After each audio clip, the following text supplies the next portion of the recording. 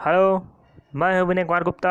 आप सभी का स्वागत है हमारे YouTube channel point to be noted में। अगर वीडियो आपको अच्छी लगे तो लाइक करिए, शेयर करिए। अगर आप चैनल पर नए हैं तो चैनल को सब्सक्राइब करें और वीडियो का अगला नोटिफिकेशन प्राप्त करने के लिए बेल आइकन को ज़रूर दबाएं। वीडियो को पूरा एंड तक देखें। आज हम सीटेट जो जूनियर लेवल में साइंस से क्वेश्चन पूछे जाते हैं वो एनसीईआरटी बेस पर ही ज़्यादा पूछे जाते हैं। तो आज हम जो है एनसीईआरटी की जो साइंस की बुक आती है कक्षा 6, 7, 8 की, तो उसमें जो है हम पहले कक्षा 6 की जो साइंस की बुक है उससे हम शुरुआत करेंगे। एक एक चैप्टर कर हम पढ़ाएंगे कि जो जो इम्पोर्टेंट होगा हर अध्याय में उसको हम बताते चलेंगे। तो आज से हम कक्षा 6 की साइंस बुक स्टार्ट करेंगे। तो चलिए शुरू करते हैं। तो पहला हमारा अध्याय है कक्षा 6 साइंस की, भोजन यह कहाँ से आता है। तो इसमें ज़्यादातर कुछ भोजनों की बात की गई है और ये कहाँ से ये मिलते हैं, इसकी स्रोत कहाँ कहाँ से है, यही सब चीज़ जो है इस अध्याय में दिया गया है। यहाँ पर विभिन्न खाद्य पदार्थ हैं तो हम बस उन्हीं की बात करेंगे जो इम्पॉर्टेंट होंगे। अगर हम यहाँ पर देखें तो लिखा है पके चावल के बारे में सोचें। हम कच्चा चावल लेते हैं, उसे पानी में उबालते हैं। इसे तैयार करने में हमें दो पदार्थों या संगठनों की आवश्यकता होती है। एक पानी की आवश्यकता होती है, एक कच्चे चावल की आवश्यकता होती है। तो इस तरह जो है हम चावल पकाते हैं इसी तरह। तो यहाँ पर उसमें क्या लिखा है, खाद्य पदार्थ और कच्ची सामग्री। तो पहला है रोटी या चपाती। तो रोटी या चपाती इसको बनाने के लिए हमें क्या आवश्यकता होती है, आटे की आवश्यकता होती है और जल की आवश्यकता होती है। और दाल बनाने के लिए हमें कच्ची दाल की आवश्यकता होती है, जल की आवश्यकता होती है, नमक, तेल, घी और मसालों की आवश्यकता होती है दाल बनाने के लिए। तो इतने कच्ची सामग्रियों की आवश्यकता होती है। अब ये कहाँ कहाँ से मिलते हैं ये भी हमें पढ़ना है।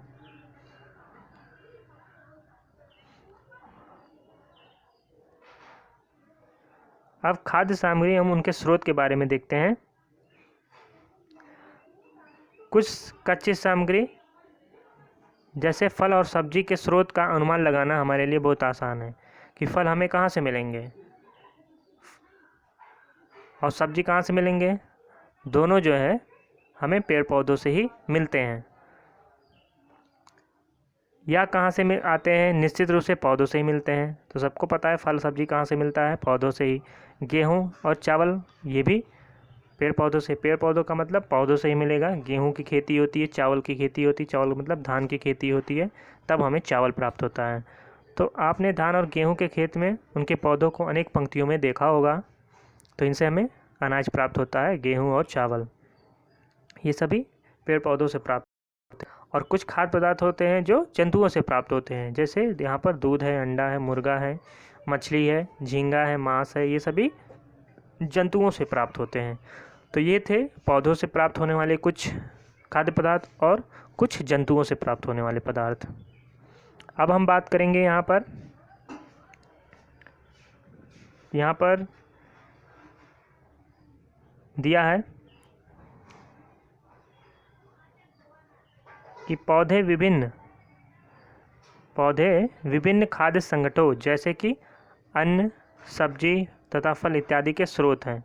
तो पौधे किन किन खाद्य संगठनों के स्रोत हैं, अन्न के, सब्जी के और फल के। और जंतुओं से हमें क्या मिलता है, दूध, मांस, अंडे और अन्य जातों उत्पाद भी मिलते हैं। गाय, बकरी, भैंस दूध देने वाले कुछ सामान्य पशु हैं, ये सबको पता है।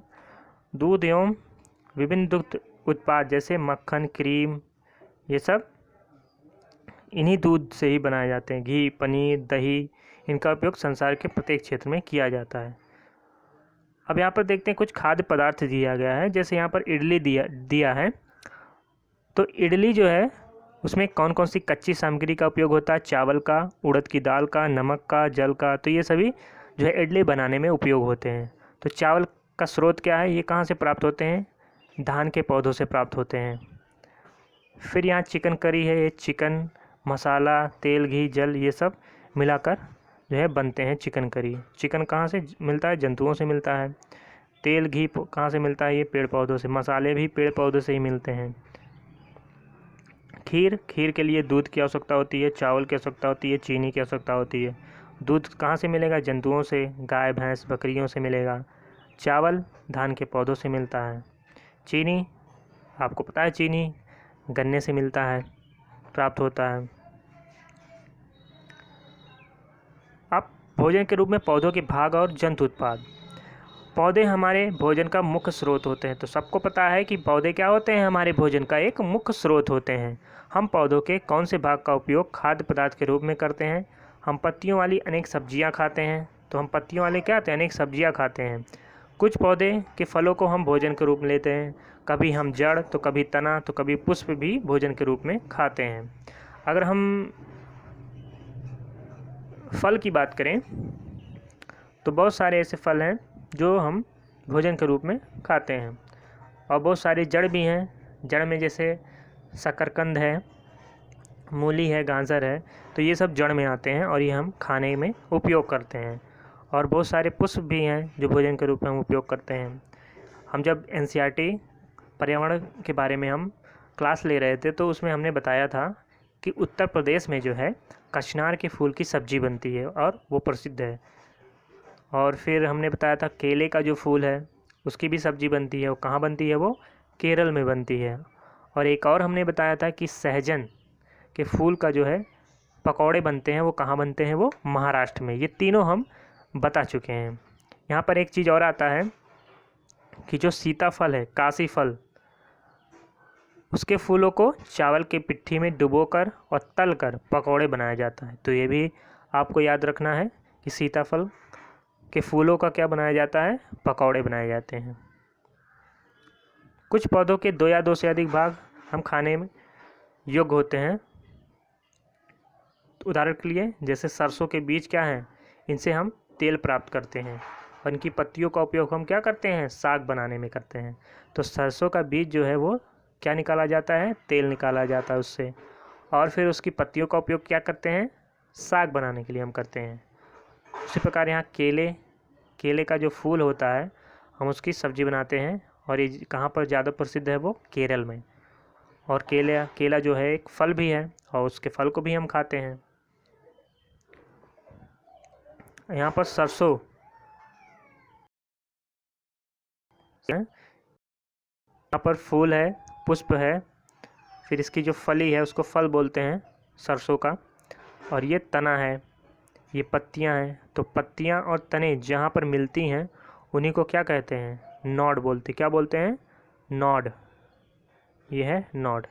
तो पत्तियाँ और तने जहाँ पर मिलती हैं, जहाँ से पत्तियाँ निकलती हैं तने से, उस भाग को क्या बोलते हैं? उस पॉइंट को नॉड बोलते हैं।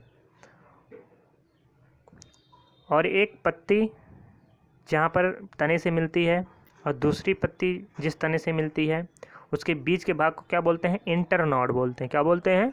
Internode. आप देख रहे हैं यहाँ से यहाँ तक इंटर नॉड है, इसको बोलते हैं। फिर यहाँ पर कलिका है, यहाँ पर कलिका निकली हुई है और ये पत्ती है। फिर जो पौधे का वह भाग जो ज़मीन के अंदर होता है, भूमि के अंदर होता है, उसको मूल तंत्र बोलते हैं। और ज़मीन के ऊपर वाला भाग जो होता है उसको क्या बोलते हैं? प्ररोह तंत्र। क्या बोलते हैं? प्ररोह तंत्र। तो ये दो चीज़ आपको याद रखना है कि ज़मीन के नीचे वाले भाग को क्या बोलते हैं? मूल तंत्र, और ज़मीन के ऊपर वाले भाग को प्ररोह तंत्र बोलते हैं। और जो नीचे जड़ें होती हैं, तो मूल जड़ जो निकला होता है उसको क्या बोलते हैं? प्राथमिक जड़ बोलते हैं। क्या बोलते हैं? प्राथमिक मूल या प्राथमिक जड़। और इन प्राथमिक मूल से जो जड़ें निकलती हैं उनको क्या कहते हैं? द्वितीयक मूल। क्या बोलते हैं? द्वितीयक जड़ें या द्वितीयक मूल। तो पादप से आपको इतना समझ में आ गया होगा। अब हम देखते हैं यहाँ पर एक स्लाइड दी हुई है, लिखा है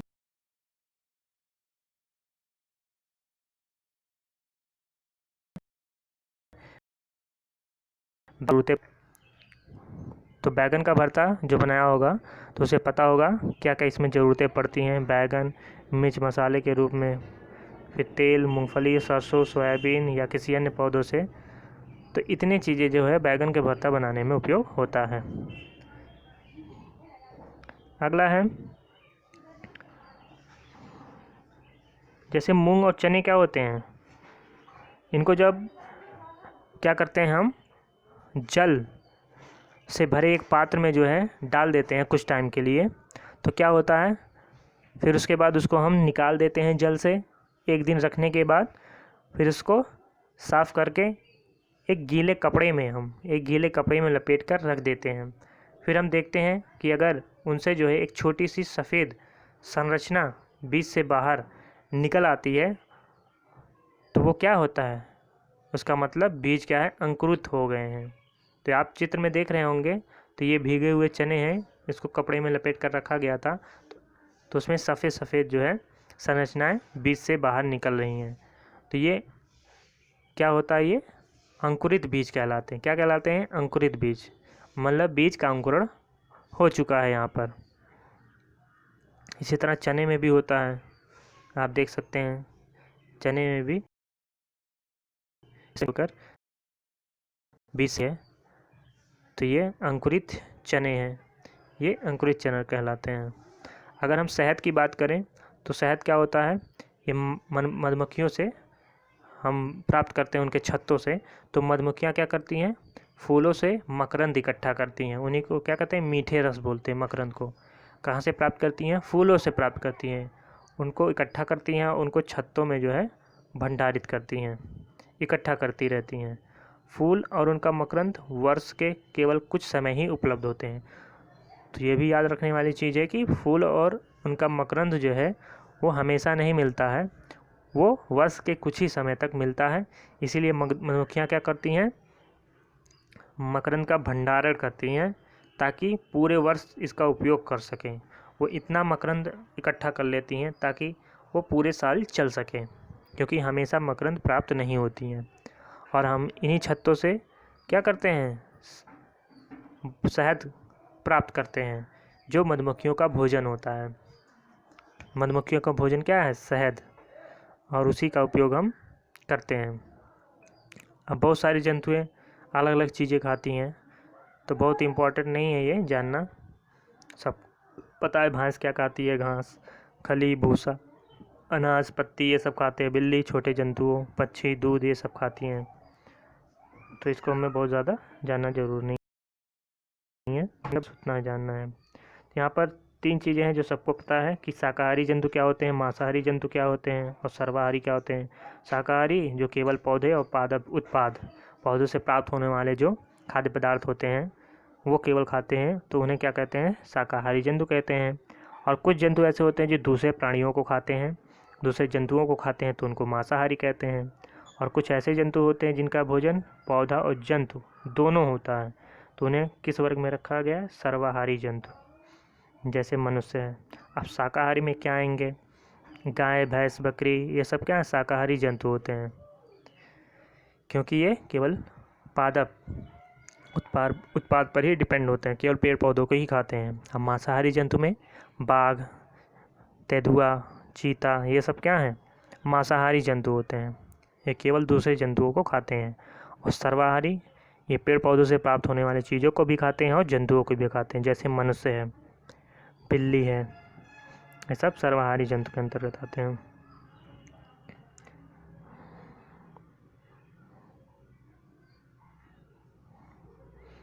तो पहले चैप्टर में इतना ही इम्पोर्टेंट था और कुछ खास इसमें नहीं था। यहाँ पर पाठ के अंत में दिया रहता है, तो पाठ के अंत में कुछ सार आते हैं। लिखा है, भारत के विभिन्न प्रदेशों में खाए जाने वाले भोजन में बहुत अधिक विविधता होती है। तो हर जगह आप भारत में कहीं भी जाएंगे तो भोजन में हमें विविधता ज़रूर देखने को मिलती है, कि कहीं पर कुछ और खाया जाता है और दूसरी जगह कुछ और खाया जाता है। तो इस तरह जो है हर जगह खाने में जो है विविधता देखने को मिलता है भारत में। हमारे भोजन के मुख्य स्रोत क्या हैं, पौधे और जंतु हैं। और जो जंतु केवल पादप को खाते हैं वो क्या कहलाते हैं, शाकाहारी जंतु कहलाते हैं। तो जो जंतु केवल पादप खाते हैं शाकाहारी कहलाते हैं, जो जंतु केवल जंतुओं को खाते हैं मांसाहारी कहते हैं, जो जंतु पादप और दूसरे प्राणी दोनों को ही खाते हैं वो सर्वाहारी कहलाते हैं। तो इतने थे इम्पोर्टेंट यहाँ पर। अब हम अगले कक्षा 2 पर चलते हैं, सॉरी अध्याय 2 पर हम चलते हैं। तो ये है दूसरा चैप्टर, भोजन के घटक। तो इसमें भी हम जो इम्पोर्टेंट होंगे उसी को हम देखते चलेंगे।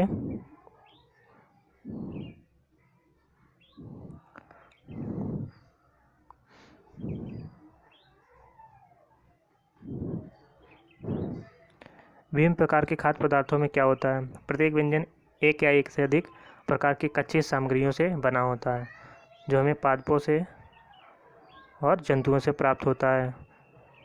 अब यहाँ पर एक दिया गया है कि पंजाब में क्या होता है।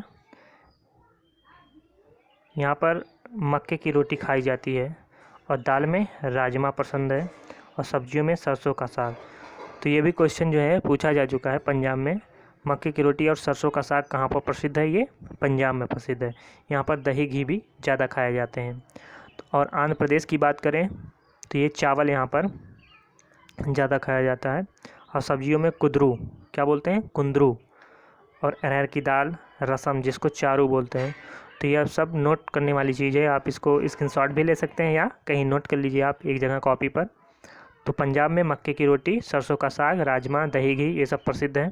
और आंध्र प्रदेश में चावल, अरहर की दाल और रसम, रसम को क्या बोलते हैं? चारू, और सब्जियों में कुंदरू, मट्ठा, घी, अचार ये सब आंध्र प्रदेश में ज़्यादा खाए जाते हैं। ये मुख्य व्यंजन है वहाँ के, ये आप नोट कर लीजिए एक जगह पर। इस कच्ची सामग्रियों के संघटक क्या हैं? इस कच्ची सामग्री में हमारे शरीर के लिए कुछ आवश्यक घटक होते हैं। इन घटकों को क्या बोलते हैं हम? पोषक कहते हैं या पोषक तत्व भी बोल सकते हैं। तो हमारे भोजन में मुख्य पोषक कौन से हैं? क्या है हमारे भोजन में मुख्य पोषक? कार्बोहाइड्रेट, प्रोटीन, वसा, विटामिन्स और खनिज लवण। तो ये हमको पता होना चाहिए कि भोजन में मुख्य पोषक तत्व कौन कौन से होते हैं। कार्बोहाइड्रेट, प्रोटीन, वसा, विटामिन्स और खनिज लवण। ये हमें कुछ ना कुछ मात्रा में ज़रूरी होते हैं। और ये कहाँ से मिलते हैं? भोजन से मिलेंगे, फल फूल से मिलेंगे। तो इन्हीं सब चीज़ों से पोषक तत्व जो है मिलते हैं। इसके अतिरिक्त हमारे भोजन में रुक्षांश, रुक्षांश का मतलब होता है फाइबर, इंग्लिश में बोलते हैं उसको। तो हमारे भोजन में रुक्षांश और जल भी शामिल हैं जिनकी हमारे शरीर में आवश्यकता होती है। रुक्षांश क्या होता है? फाइबर को बोलते हैं, रेशेदार होते हैं। क्या सभी खाद्य पदार्थों में ये सभी पोषक उपलब्ध होते हैं? कुछ साधारण विधियों से हम यह जान सकते हैं कि कच्ची सामग्री या पके हुए भोजन में कौन सा एक से अधिक पोषक उपस्थित है। कार्बोहाइड्रेट, प्रोटीन, वसा के परीक्षण अन्य पोषकों परीक्षणों की अपेक्षा सरल है। आइए हम इन परीक्षणों को करके प्रेक्षणों को सारणी 2.2 में लिखें। तो पहला हम देखते हैं इन परीक्षणों को करने के लिए आपको क्या क्या आवश्यकता होगी। जो प्रोटीन, वसा और कार्बोहाइड्रेट की जांच करेंगे कि कौन से भोजन में कौन सा पोषक तत्व उपस्थित है, तो उसकी जांच करने के लिए हमको आयोडीन, कॉपर सल्फेट और कास्टिक सोडा विलयन की आवश्यकता होगी। तो ये 3 चीज़ आपको याद रखना है कि किन किन चीज़ों की आवश्यकता होती है। आयोडीन की आवश्यकता होगी, कॉपर सल्फेट और कास्टिक सोडा के विलयन की आवश्यकता होती है जांच करने के लिए कि किस खाद्य पदार्थ में कौन सा पोषक तत्व उपस्थित है। और कुछ प्रॉपर की भी होगी।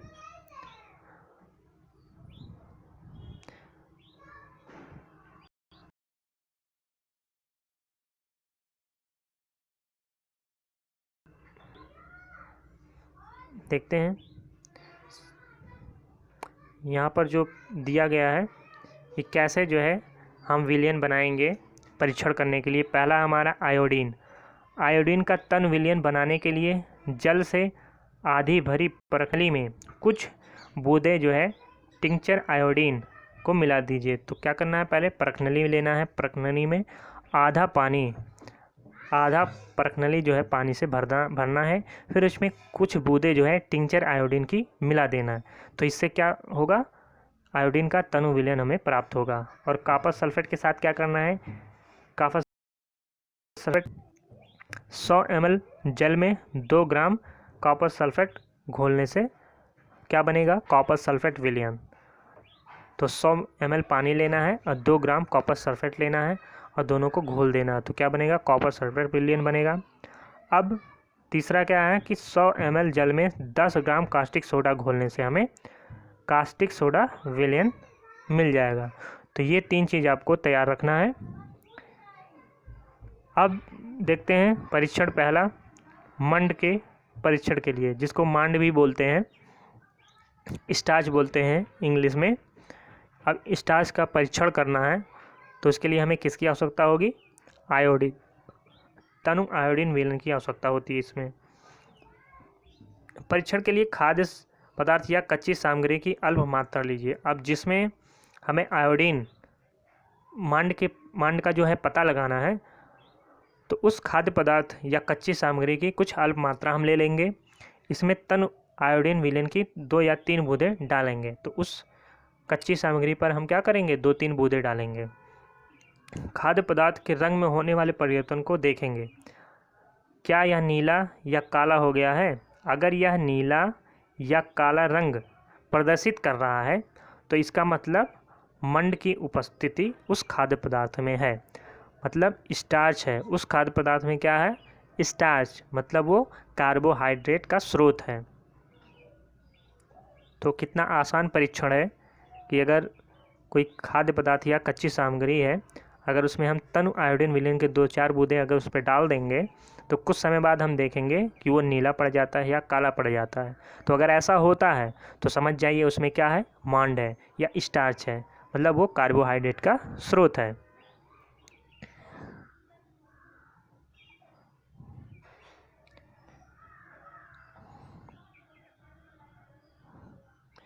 अब प्रोटीन के लिए परीक्षण देखते हैं। पहला तो हमारा कार्बोहाइड्रेट का परीक्षण था, जिसमें हम आयोडीन विलयन की आवश्यकता होती है। उसमें प्रोटीन परीक्षण के लिए,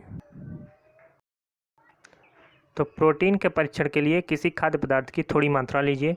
जिस खाद्य पदार्थ की परीक्षण करना है, यदि वह ठोस है तो पहले उसका पेस्ट अथवा चूर्ण बनाने की आवश्यकता होगी। तो जो खाद्य पदार्थ है जिसमें हमें प्रोटीन का परीक्षण करना है, तो सबसे पहले उस खाद्य पदार्थ का क्या बनाएंगे, पेस्ट बनाएंगे या चूर्ण बनाएंगे। अब खाद्य पदार्थ की थोड़ी मात्रा को पीस कर या मसल कर उसके चूर्ण को एक साफ परख नली में डाल देंगे। तो चूर्ण को क्या करेंगे, एक साफ परख नली में हम डाल देंगे और उसमें 10 बूंद जल डालकर उसे अच्छी तरह हिलाएंगे। तो चूर्ण को डालने के बाद 8-10 बूंदें क्या करेंगे, जल का डालकर उसमें हिलाएंगे। अब ड्रॉपर की सहायता से परख नली में 2 बूंद कॉपर सल्फेट का विलयन डालेंगे। तो ध्यान रहे कि जब चूर्ण डालने के बाद उसमें 10 बूंदें जो है जल का डालें, उसको अच्छी तरह हिला लें। उसके बाद आप ड्रॉपर की सहायता से क्या करेंगे, परख नली में 2 बूंद जो है कॉपर सल्फेट विलयन का डालेंगे और 10 बूंद जो है कॉस्टिक सोडा का विलयन। 2 चीज़ें इसमें डालना है। पहला 2 बूंद जो है कॉपर सल्फेट का और 10 बूंद कॉस्टिक सोडा का विलयन डालेंगे और अच्छी तरह हिलाकर कुछ मिनट के लिए रख देंगे। तो क्या देखते हैं, क्या परख नली का पदार्थ जो है बैंगनी रंग का हो गया। अगर बैंगनी रंग का हो जाता है खाद्य पदार्थ, तो इसका मतलब उसमें प्रोटीन की उपस्थिति है। तो ये 2 परीक्षण आपके इम्पॉर्टेंट हैं। तो ये भी पूछ सकता है कि प्रोटीन के परीक्षण के लिए किन किन विलयन की आवश्यकता होती है। तो पहला वो है कॉपर सल्फेट विलयन की आवश्यकता होती है और दूसरा जो है कास्टिक सोडा विलयन की आवश्यकता होती है। हमने ऊपर बता दिया था, इसको आप नोट कर सकते हैं। ये कॉपर सल्फेट विलयन और कास्टिक सोडा विलयन और आयोडीन के लिए आयोडीन कहाँ आवश्यकता होती है, किसके परीक्षण में, मंड के या कार्बोहाइड्रेट के परीक्षण के लिए। वसा का परीक्षण बहुत आसान है। इसमें करना नहीं है। खाद्य पदार्थ की कुछ अल्प मात्रा लेंगे, इसे कागज़ के टुकड़े पर लपेट कर कूटिए। ध्यान रखें कि कागज़ फटने ना पाए।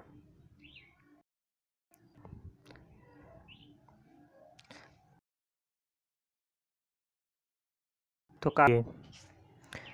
अब कागज़ को सीधा कीजिए और ध्यानपूर्वक देखिए, क्या इस पर तेल के धब्बे लगे हैं कागज़ पर? तो कागज़ पर जो है, जो खाद्य पदार्थ हमने लिया था उसको क्या किया, कागज़ पर कूटे थे, उसके बाद हमने उसको खोल दिया। फिर अगर कागज़ पर तेल के धब्बे हैं और उसके बाद कागज़ को किसी प्रकाश के सामने लाएं, अगर इसमें धब्बे से होकर आने वाला धुंधला प्रकाश दिखाई देता है तो इसका मतलब क्या है, उसमें वसा है, वसा की उपस्थिति है। क्योंकि जो कागज़ है उसमें तेल लग जाता है, तेल लगने की वजह से उसको जब हम प्रकाश में रखते हैं तो उससे प्रकाश जो है ट्रांसफ़र नहीं होता। प्रकाश क्या होता है, एक तरफ से दूसरी तरफ नहीं आ पाता है और कुछ धुंधला दिखाई देता है कागज़ से देखने पर। तो वो क्या दर्शाता है कि वो वसा की उपस्थिति को दर्शाता है। तो कागज़ पर तेल का धब्बा खाद्य पदार्थ में वसा की उपस्थिति को दर्शाता है। खाद्य पदार्थ में कभी कभी जल की भी कुछ मात्रा हो सकती है। इस दशा में इन पदार्थों को कागज़ पर धीरे धीरे रगड़िए और कुछ समय के लिए कागज़ को सुखा दीजिए, ताकि यदि खाद्य पदार्थ में कुछ जल आया हो तो वो सूख जाए। इसके बाद यदि कागज़ पर तेल का कोई धब्बा ना रहे तो इससे पता चलता है कि खाद्य पदार्थ में क्या है, वसा उपस्थित नहीं है। अगर कागज़ जो है जल की वजह से भीग जाता है और उसको हम सुखा देते हैं और वो पूरी तरह से सूख जाता है, तो इससे क्या पता चलता है कि उसमें वसा उपस्थित नहीं है। अगर वसा उपस्थित होगा तो उसमें तेल लगे होंगे और वो सूखेगा नहीं। उसको प्रकाश में रखेंगे तो वो धुंधला दिखाई देगा। तो ये थे इतने परीक्षण था। हमें 3 पोषकों कार्बोहाइड्रेट, प्रोटीन तथा वसा के लिए खाद्य पदार्थों का परीक्षण किया था। विटामिन तथा खनिज लवण जैसे अन्य पोषक भी हमारे विभिन्न खाद्य पदार्थों में उपस्थित रहते हैं। इन सभी पोषकों की हमें क्यों आवश्यकता होती है? अब हम देखते हैं कि कार्बोहाइड्रेट, वसा, प्रोटीन, विटामिन ये हमें कहाँ कहाँ से मिलते हैं और ये हमारे शरीर के लिए क्यों ज़रूरी होते हैं। अब पहली बात करते हैं हम कार्बोहाइड्रेट की। कार्बोहाइड्रेट मुख्य रूप से हमारे शरीर को ऊर्जा प्रदान करते हैं। पहला चीज़ तो आपको जानना है कि कार्बोहाइड्रेट का मुख्य काम क्या है, शरीर को ऊर्जा प्रदान करना, और वसा से भी ऊर्जा मिलती है। तो कार्बोहाइड्रेट और वसा दोनों का काम क्या होता है, शरीर को ऊर्जा प्रदान करना। वास्तविकता यह है कि जो कार्बोहाइड्रेट होता है उसकी तुलना में वसा की समान मात्रा से अधिक ऊर्जा प्राप्त होती है। कहने का मतलब, अगर कार्बोहाइड्रेट कोई ऐसा खाद्य पदार्थ है जिसमें कार्बोहाइड्रेट की मात्रा समान है, कोई दूसरा खाद्य पदार्थ है जिसमें वसा की मात्रा है और वो कार्बोहाइड्रेट के समान मात्रा है उसमें, तो अगर वसा जिस खाद्य पदार्थ में उपस्थित है उसको अगर हम खाएंगे तो उससे अधिक ऊर्जा मिलेगी जितना उसमें है कार्बोहाइड्रेट। दूसरे खाद्य पदार्थ में जो है कार्बोहाइड्रेट की उपस्थिति है, तो उससे उतनी ऊर्जा हमें नहीं मिलेगी जितना हमें वसा वाले खाद्य पदार्थ से मिलेगी। जबकि दोनों की मात्रा समान है, कार्बोहाइड्रेट की मात्रा भी समान है और वसा की मात्रा भी समान है, लेकिन वसा से हमें अधिक ऊर्जा प्राप्त होगी। तो ये चीज़ आप वसा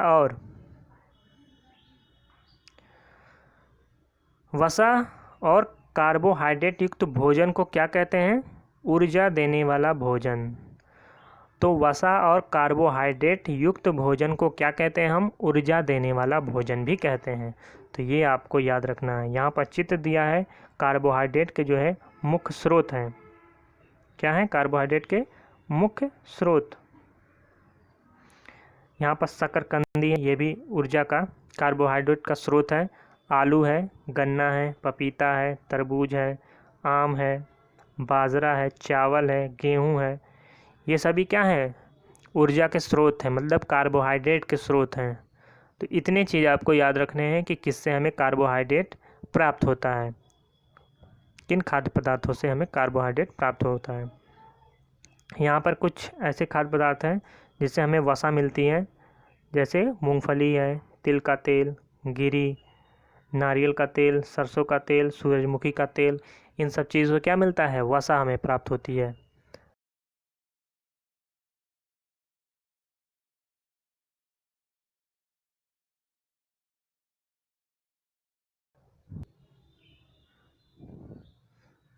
फिर यहाँ पर ये पहला जो था वो पादप स्रोत से था। पादप स्रोत से हमें वसा प्राप्त होती है। और जंतु स्रोत से हमें वसा कहाँ से मिलती है? मांस के खाने से, मछली से मिलती है, अंडों से मिलती है, मक्खन, दूध, घी, इन सब से हमें वसा मिलती है। और इनको खाने से हमें अधिक ऊर्जा मिलती है कार्बोहाइड्रेट की अपेक्षा। तो ये थे हमारे वसा के स्रोत और कार्बोहाइड्रेट के स्रोत।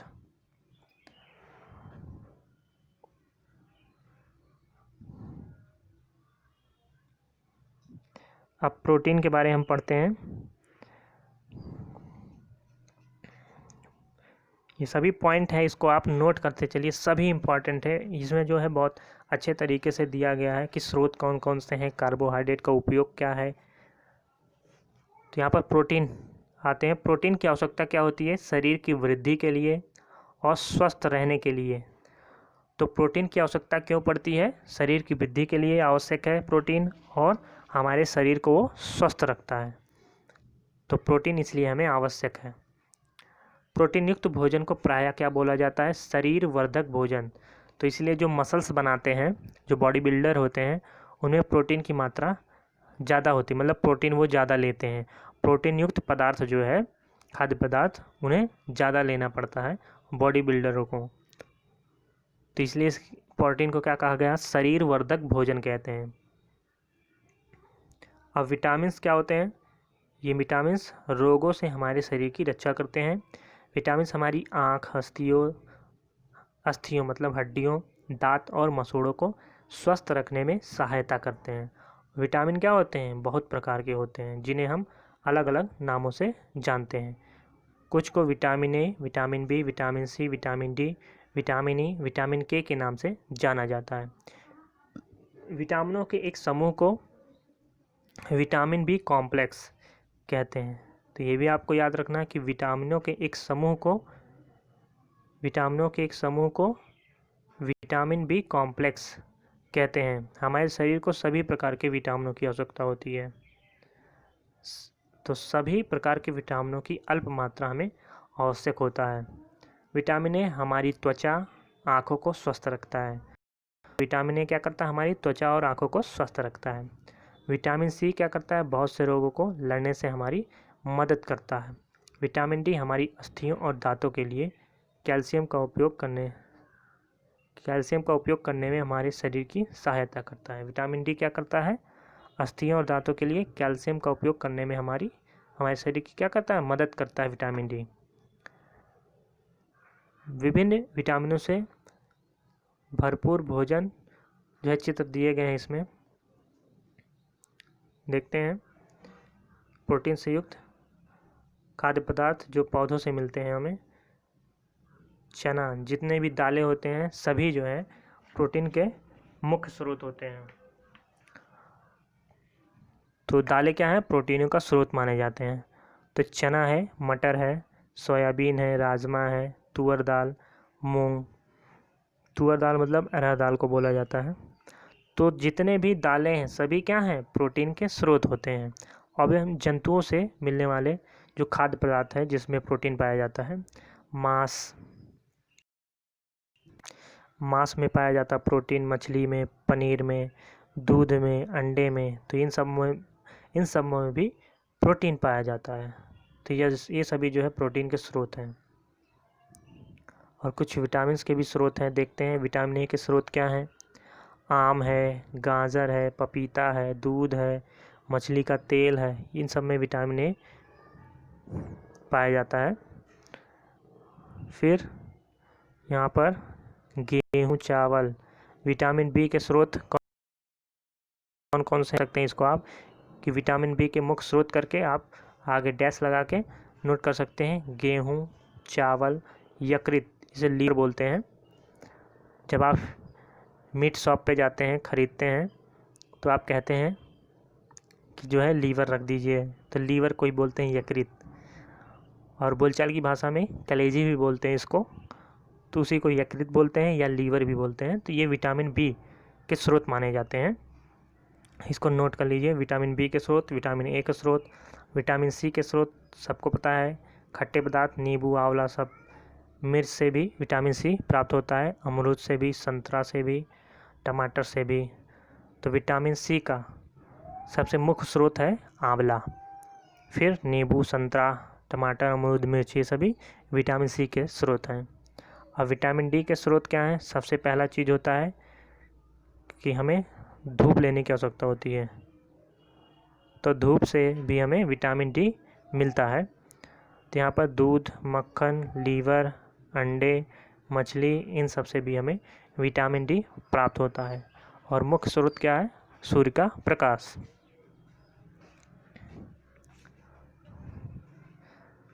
यहाँ पर दिया है कि हमारा शरीर भी सूर्य के प्रकाश की उपस्थिति से ये विटामिन डी बनाता है। तो विटामिन डी कैसे बनता है? जब हम सूर्य की प्रकाश की उपस्थिति में रहते हैं तो वो विटामिन डी हमारे शरीर में बनाता है। इन दिनों कोई भी सूर्य के प्रकाश में नहीं रह पाता, जिससे लोगों में क्या इसकी कमी हो जाती है। आयोडीन के कुछ स्रोत हैं, पालक, अदरक, मछली, ये सब क्या हैं? आयोडीन के स्रोत हैं।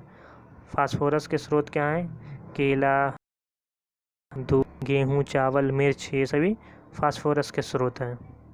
लोहे के पालक, सेब, ये बहुत इम्पॉर्टेंट है। लोहे के स्रोत क्या है? पालक है, सेब है, लीवर है, अमरूद है, ये सभी लोहे के आयरन के स्रोत माने जाते हैं। कैल्शियम के स्रोत कौन कौन से हैं? दूध, अंडा, ये सब कैल्शियम के स्रोत हैं। अब कुछ और देखते हैं। हमारे शरीर में जो है खनिज लवणों की भी आवश्यकता होती है। अभी तक हम विटामिन्स और प्रोटीन्स पढ़ रहे थे, अब जो है हमारे शरीर को खनिज लवणों की आवश्यकता बहुत अल्प मात्रा में होती है। शरीर के उचित विकास तथा अच्छे स्वास्थ्य के लिए प्रत्येक खनिज लवण आवश्यक है। खनिज लवणों के कुछ स्रोतों का चित्र 2.10 में दर्शाया गया है।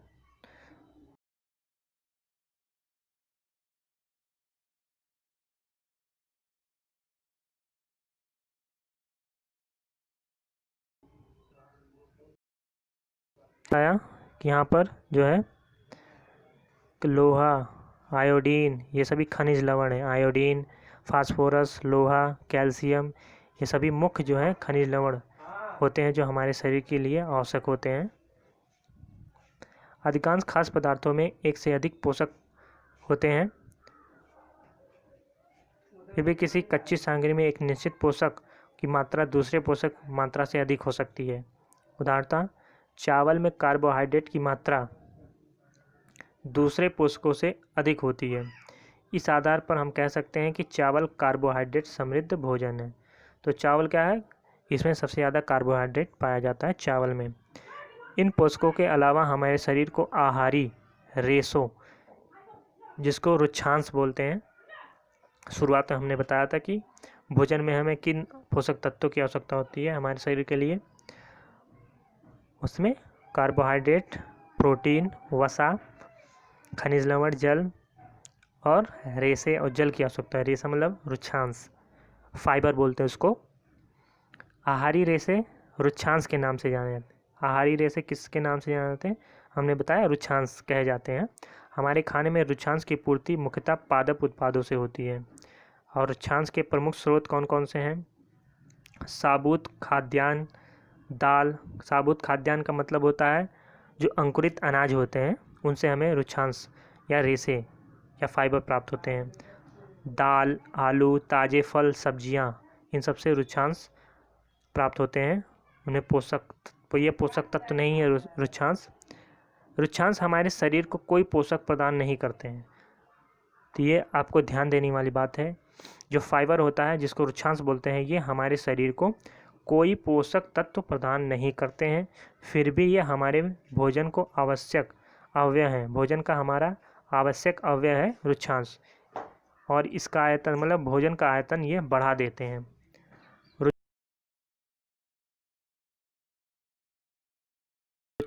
रुक्षांश का क्या काम होता है? रुक्षांश का काम होता है कि जो भोजन पचते नहीं हैं उन्हें क्या करता है, शरीर से बाहर निकाल देता है। तो ये मुख्य काम आपको याद रखना है। पहला चीज़ आपको याद रखना है कि रुक्षांश हमारे शरीर में कोई भी पोषक प्रदान नहीं करते हैं। रुक्षांश बिना पचे भोजन को बाहर निकालने में हमारे शरीर की सहायता करते हैं। तो रुक्षांश का यही काम है।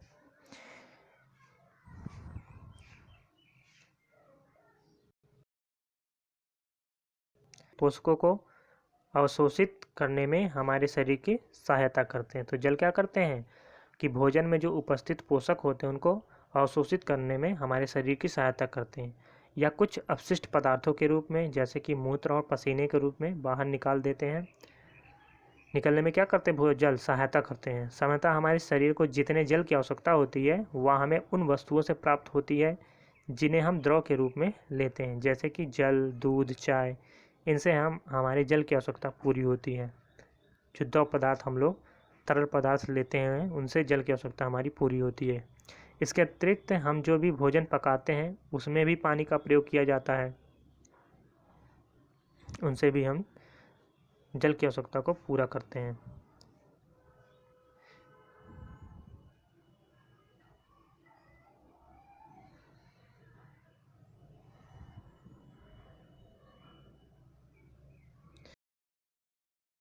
कई खाद्य पदार्थों में जल होता है। कुछ सीमा तक हमारे शरीर के लिए आवश्यक जल की पूर्ति इसी जल से हो जाती है। इसके अतिरिक्त कुछ खाद्य पदार्थों को पकाते समय हम उसमें जल डालते हैं। क्या आप सोचते हैं कि प्रत्येक आयु वर्ग के लोगों को एक ही प्रकार के आहार की आवश्यकता होती है? क्या आप यह भी सोचते हैं कि हमारा संतुलित आहार हमारे शारीरिक कार्य पर निर्भर करता है? एक सप्ताह की अवधि में आप जो भी खाते हैं उसका एक चार्ट तैयार करें। जांच कीजिए कि प्रतिदिन जो भोजन आप करते हैं क्या उसमें सभी पोषक तत्व उपस्थित हैं। दालें, मूंगफली, सोयाबीन, अंकुरित बीज, मूंग व चना, किणित भोजन, दक्षिण भारतीय भोजन जैसे इडली, आटे का मिश्रण, मिस्सी रोटी, तिपला अनाज व दालों से बना होता है, केला, पालक, सत्तू, गुड़, उपलब्ध सब्जियां और इसी प्रकार के अन्य भोजन कई पोषक उपलब्ध कराते हैं। इसलिए कोई व्यक्ति अल्प व्यय में भी संतुलित आहार खा सकता है। उचित प्रकार का भोजन करना ही पर्याप्त तरीके से पकाना भी चाहिए ताकि इसके पोस्ट न हो। तो यहाँ पर हम पहले संतुलित आहार के बारे में देख लेते हैं। संतुलित आहार क्या होता है?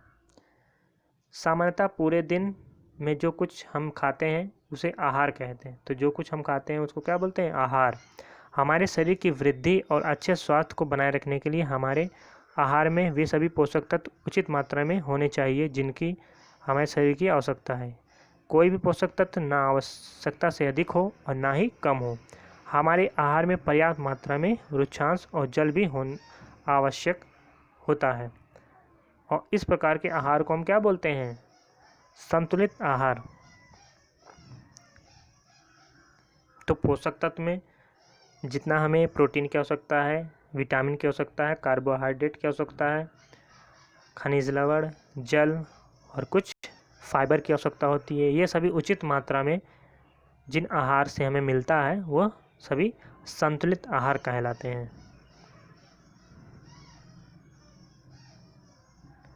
छिलका उतारकर यदि सब्जियों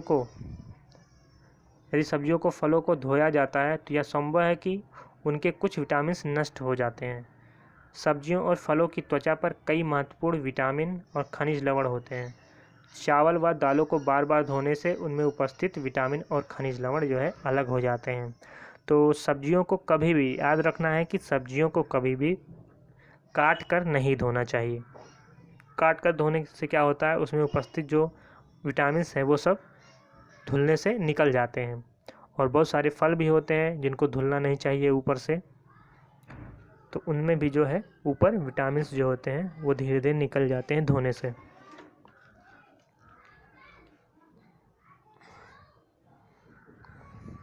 हम सभी जानते हैं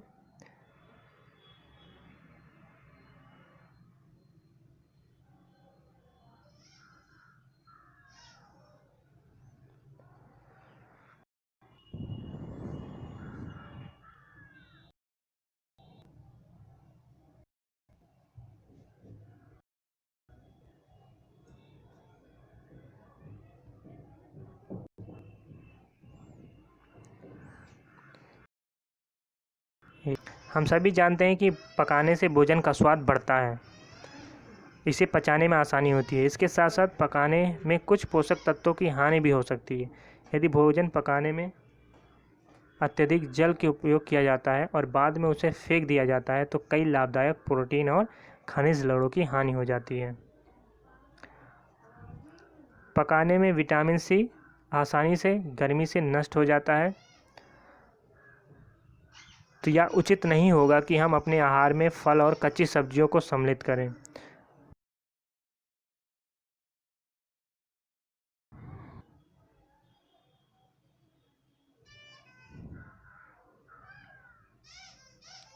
बूझों ने सोचा कि हर समय वास्तविक खाना ही सर्वोत्तम भोजन है। एक कटोरी कार्बोहाइड्रेट युक्त भोजन की अपेक्षा एक कटोरी वसायुक्त भोजन अधिक ऊर्जा देगा। क्या ऐसा नहीं होता?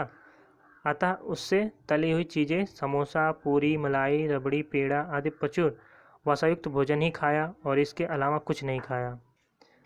क्या आप सोचते हैं कि वह ठीक था? निस्संदेह नहीं। इतना अधिक वसायुक्त भोजन खाना हमारे लिए बहुत हानिकारक होता है। तो वसायुक्त भोजन जो है खाना होता है, तो लिमिट में ही वसायुक्त भोजन करना चाहिए। हमारे भोजन में वसा की मात्रा अत्यधिक मोटापे का कारण बनता है। तो अधिक वसायुक्त भोजन करने से क्या होता है? उससे मोटापा आता है। अभावजन्य रोग। एक व्यक्ति खाने के लिए पर्याप्त भोजन पा रहा है, लेकिन कभी कभी उसके भोजन में किसी विशेष पोषक तत्व की क्या हो जाती है? कमी हो जाती है। यदि यह कमी लंबी अवधि तक रहती है तो वह व्यक्ति उसके स्वभाव में ग्रसित हो सकता है। एक या अधिक पोषक तत्व का अभाव हमारे शरीर में रोग अथवा विकृतियां उत्पन्न कर सकता है। वे रोग जो लंबी अवधि तक पोषक तत्वों के अभाव के कारण होते हैं उन्हें अभावजन्य रोग कहते हैं। यदि कोई व्यक्ति अपने भोजन में पर्याप्त प्रोटीन ले रहा है, यदि कोई व्यक्ति तो उसे कुछ रोग वृद्धि का अवरुद्ध होना, चेहरे का सूजन, बालों के रंग का उड़ना, त्वचा की बीमारियां और पेचिश आदि। यदि प्रोटीन और कार्बोहाइड्रेट दोनों ही किसी व्यक्ति के आहार से एक लंबे समय तक अनुपस्थित रहें तो उसकी वृद्धि पूरी तरह अवरुद्ध हो जाती है। तो प्रोटीन जो होता है शरीर की वृद्धि के लिए आवश्यक होता है और कार्बोहाइड्रेट क्या होता है? ऊर्जा की आवश्यकता होती है, उससे ऊर्जा मिलती है हमें कार्बोहाइड्रेट से। तो ऐसे व्यक्ति बहुत दुबला पतला हो जाएगा अगर वो लंबे समय तक जो है प्रोटीन और कार्बोहाइड्रेट से वो नहीं लेता है, कार्बोहाइड्रेट और प्रोटीन युक्त भोजन। वह इतना दुर्बल हो जाएगा कि चलने भी असमर्थ होगा। विभिन्न विटामिनों और खनिज लवणों के अभाव में विभिन्न रोग और विकृतियां हो सकती हैं। इनमें कुछ दिया गया है। सभी अभावजन्य रोगों की रोकथाम संतुलित आहार लेने से की जा सकती है। इस अध्याय में हम स्वयं से यह जानेंगे कि कोशिश की है कि विभिन्न क्षेत्रों के भोजन में इतनी अधिक विविधता होते हुए भी आहार में पोषक तत्वों का वितरण सामान्य है। यह वितरण हमारे भोजन में आवश्यक पोषक तत्वों की उपस्थिति सुनिश्चित करता है। अब देखते हैं, एक सारणी दिया गया है, इसमें किस विटामिन से कौन सा रोग होता है। पहला है हमारा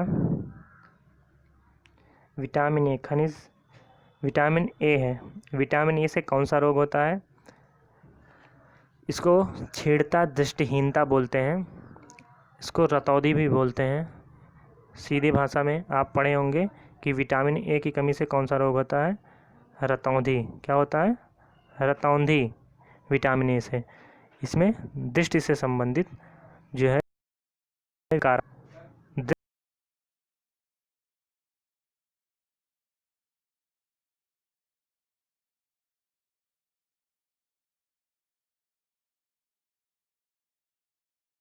दृष्टि।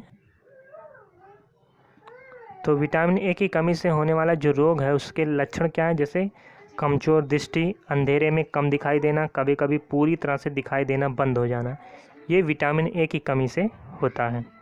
विटामिन B1 की कमी से क्या होता है? बेरी होता है। इसमें पेशियां दुर्बल हो जाती हैं, काम करने की ऊर्जा में कमी आती है। तो ये किससे होता है? विटामिन B1 की कमी से, बेरी। विटामिन C से स्कर्वी होता है।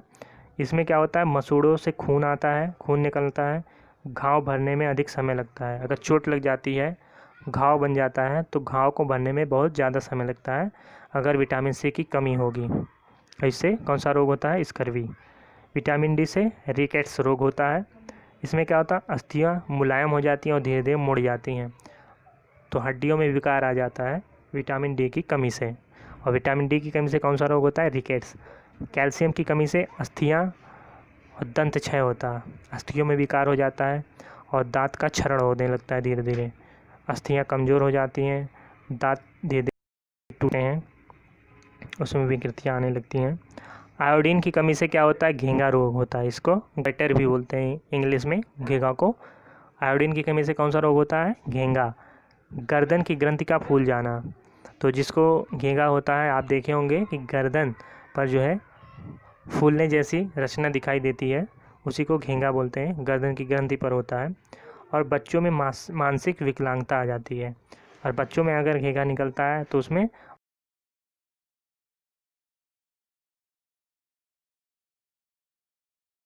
मांसलानता भी होती है। तो ये भी याद रखना जरूरी है कि आयोडीन से घेंघा होता है और गर्दन की जो ग्रंथियाँ होती है वो फूल जाती है, और बच्चों में क्या होती है? मानसिक विकलांगता हो जाती है। लोहे की कमी से क्या होता है? आरक्तता हो जाती है, एनीमिया बोलते हैं इसको, इसमें कमजोरी महसूस होती है। तो इतने इम्पॉर्टेंट इनकी कमी से रोग, कौन कौन से रोग होते हैं और उसमें क्या लक्षण दिखाई देते हैं। अब पाठ का सारांश देखते हैं क्या क्या इसमें दिया है। हमारे भोजन के मुख्य पोषक तत्वों के नाम क्या हैं? कार्बोहाइड्रेट है, प्रोटीन, वसा, विटामिन तथा खनिज लवण है। इसके अतिरिक्त भोजन में आहारी रेशे और जल की भी आवश्यकता होती है। कार्बोहाइड्रेट और वसा हमारे शरीर के मुख्य रूप से ऊर्जा प्रदान करते हैं। तो हमने पढ़ा है कि कार्बोहाइड्रेट और वसा क्या होते हैं? हमारे शरीर को ऊर्जा प्रदान करते हैं, कार्बोहाइड्रेट और वसा। प्रोटीन और खनिज लवण की आवश्यकता हमारे शरीर की वृद्धि के लिए, अनुरक्षण के लिए होती है।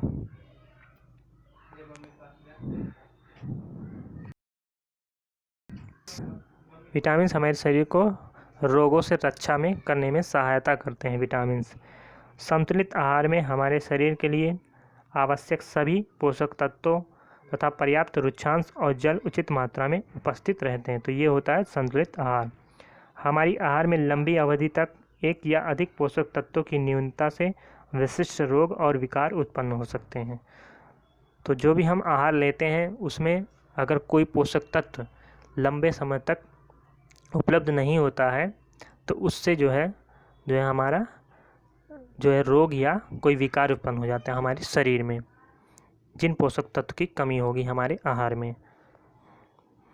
तो ये थे साइंस का दूसरा चैप्टर था कक्षा 6 का। फिर हम अगले लेक्चर में जो है तीसरा या चौथा पार्ट पढ़ाएंगे।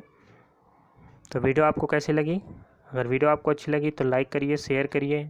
अगर आप चैनल पर नए हैं तो चैनल को सब्सक्राइब करें। वीडियो का अगला नोटिफिकेशन प्राप्त करने के लिए बेल आइकन को ज़रूर दबाएं। तब तक के लिए धन्यवाद।